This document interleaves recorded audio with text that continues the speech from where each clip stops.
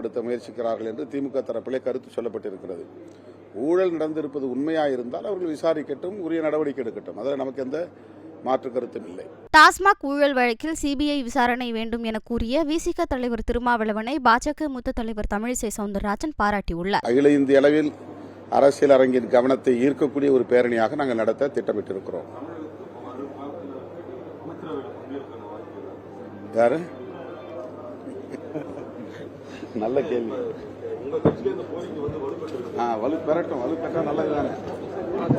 இருக்கிறது. திமுக கூட்டணி மட்டும்தான் இப்போது ஒரு வடிவம் பெற்ற வலுவாக இருக்கிற ஒரு அணியாக இருக்கிறது. திமுக கூட்டணியை எதிர்க்கிற அணி இன்னும் உருவாகவே இல்லை.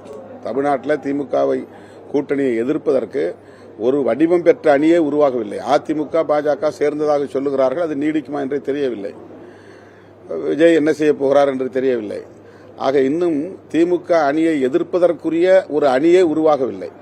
அப்படிங்கிற சூழலில் யூகமான கேள்விகளுக்கு பதில் இல்லை.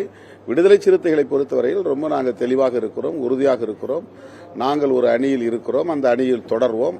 அதில் எந்தவிதமான ஊசலாட்டமும் இல்லை என்பதை மறுபடியும் சொல்லுகிறேன், இப்போதும் சொல்லுகிறேன். தமிழகத்தில் அமலாக்கத்துறை இந்த டாஸ்மாக் பல கட்சிகள் வந்து சிபிஐ விசாரணைக்கு மாற்றணும்.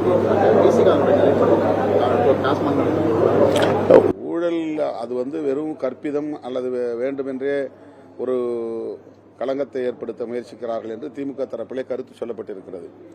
ஊழல் நடந்திருப்பது உண்மையாயிருந்தால் அவர்கள் விசாரிக்கட்டும், உரிய நடவடிக்கை எடுக்கட்டும். அதில் நமக்கு எந்த மாற்று கருத்தும் இல்லை. என் கட்சியோட தலைவர்கள் இருப்பார்கள். இன்று எல்லோருமே ஒன்று சேர வேண்டிய சூழ்நிலை இப்பொழுது நமக்கு வந்திருக்கிறது என்பது எனது கருத்து.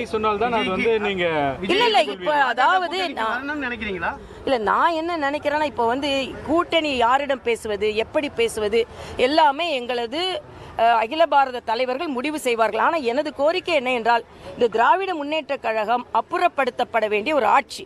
அதற்கு யாரெல்லாம் அந்த கொள்கை உள்ளவர்கள் அவர்களெல்லாம் உடன் இருந்தால் நல்லது என்பது எனது கருத்து.